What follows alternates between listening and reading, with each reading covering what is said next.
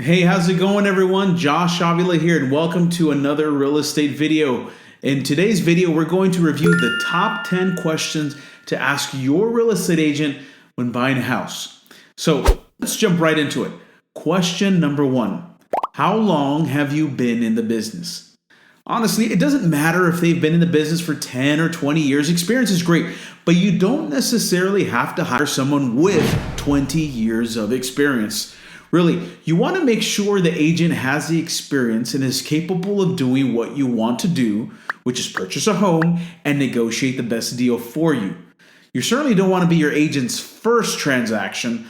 At the end of the day, buying a home may be one of the largest investments you ever make, so having someone with the experience that can walk you through the process, the contingency periods, and ultimately make it as smooth as possible for you is going to be key. So as long as they've been in the industry for at least 3 to 5 years, have several transactions under their belt, you should be good. Question number two: why did you get into real estate? Think about it. You're going to be spending a lot of time with your real estate agent. It's important to understand why they're in the business. Initially, it may seem like a somewhat non-important answer, but if the reason is all about helping people, seeing the joy of a first-time home buyer, educating their clients on real estate wealth building, you can feel that sincerity. And 9 times out of 10, that will translate into stellar service that they will be providing you. Communication with them will be very important. So understanding where they're coming from will be a big help during the transaction. Question number 3. How many clients do you simultaneously work with? You want to make sure your agent has enough time to dedicate to you and your home search. Finding homes for clients isn't just finding something online and texting it to you. It involves doing research on the comparable properties, what has sold, tax rates, HOAs, assessments, etc. Those are all things that need to be investigated prior to recommending a property to you. The last thing you want is to have an agent show you a home that you've become very interested in, only find out that it's out of reach because of assessments or HOA fees. If someone is working with 20 clients at a time, for example, and they're only a 1 or 2 person team without any systems and processes in place, things are bound to fall through the cracks. And you don't want your home purchase being one of them. When agents work with too many clients at once, they just can't provide the level of detail and service that an agent that strictly works with only a few clients at once can. Question number 4. Will I be working with you or your team? Sometimes this may seem like an obvious answer, but that's not the case. Some agents, especially those really busy agents, work as a team model. And that's not necessarily a bad thing. Just know what type of relationship you're signing up for. If the agent is a single agent with someone helping him with the transaction details, chances are you'll be working with that agent exclusively on day-to-day activities. If they're in a team model, chances are you'll start your relationship with the agent, but then when you go look at homes, you'll be working with their buyer's agent. That person still works with the agent you originally hired, but since they're working with so many clients, they simply don't have the time to show homes to everyone at the same time. So naturally, they'll need help. And that's where the buyer's agent comes in. Again, none of these are bad per se, but if you'd rather just work with the agent you've come to know, then it's good to find out what model they're working with, so you know that going in. Question number 5. What area do you primarily do business in? Now, all of these questions should have been reviewed in the initial buyer consultation, but sometimes they can get lost in the shuffle.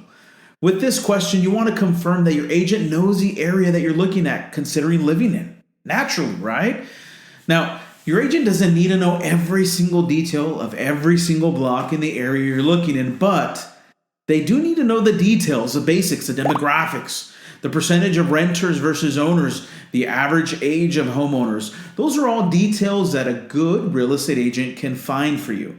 They'll also know all the best hangout places, the schools, the shopping centers, restaurants that you and your family can enjoy. Essentially, you want that local's point of view, something that is almost impossible to get if you end up using an agent that's not from the area that you're looking to buy in. Question number 6. What sets you apart from other real estate agents? Real talk, seriously. Ask them, what do they do different when compared to other agents? The year is 2023, and there is so much more that agents can do for their clients now, other than just showing you homes that you probably texted them or putting a sign out in your yard to tell them that the home's for sale. The answer to this response should come quick and be well thought out. If they delay and have to think about it, chances are they don't do anything too different from all the other agents. Why is that important? Again, because the year is 2023 and you want someone that is adapting with the ever-changing market. The current market is much different than it was during the pandemic.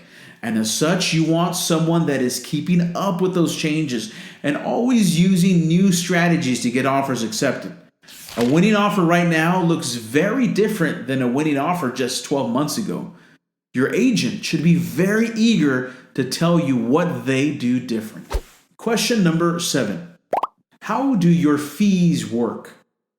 When purchasing real estate, usually the buyer's agent commission is already accounted for in the sales price and is set by the seller and the selling broker. So technically, there's no extra out-of-pocket expense from you to your agent. Sometimes they'll have an administration fee that's anywhere between $400 to $600 that helps cover costs of their business. Ask your agent, though, if they're willing to waive those. Some agents are and some aren't. It's all depending on the terms of your transaction. So ask, because why not, right? Question number 8. So after hearing my needs, what do you feel is the best strategy going forward for me? This is where your consultation part comes in with your agent. They should be gathering information from you, talking about your goals, what you're looking to accomplish, your plans for the home, what funds you have saved up for your purchase, etc. After gathering all of these details in that buyer's consultation, they should have a good idea of next steps for your best strategy moving forward based on your goals. Hopefully it's more than just putting you on an automated email search to get you a list of homes that you may be interested in. This is where you can see how creative your agent is. Are they setting up an appointment for you with one of their top Google rated lenders to discuss loan options, for example? Are they looking into homes that aren't yet on the market to start preparing a home tour? There's many things that can be done, but hopefully after that conversation with them, they have a strategy set up to make sure everyone is on the same page. Question number 9, how will we communicate? Most working relationships are quickly strained because communication strategies weren't established at the onset. You may be a texter, for example, but unbeknownst to you, your agent still loves playing Snake on their Nokia 3310 and doesn't text at all. They still rely on their Hotmail account. Hey, not knocking it, but you need to make sure your preferred communication style matches up with your agent. Communication is a big part of making sure this working relationship flourishes. Question number 10. What questions do you have for me? This is the most important of them all. It's what the buyer's consultation is all about. Imagine going to a job interview, and at the interviewer asks you, the job applicant, what questions you have for them. If you said you didn't have any questions and everything sounds good, wouldn't it sound like you weren't interested in the position? It might even sound like you're not prepared for the interview. Your agent should have a list of questions for you regarding all of your goals so they can be proactive in building a strategy for you in your home search.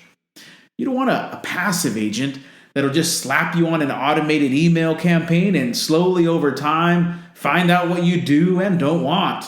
They'll be wasting your precious time. There you have it. The top 10 questions that you as a buyer should be asking your real estate agent before you begin your home search. If you learned something in this video, I'd really appreciate if you could hit that thumbs up button. And if you're not already subscribed, I invite you to subscribe for more real estate videos. I really appreciate your support. Thanks for watching the video, and until next time, peace.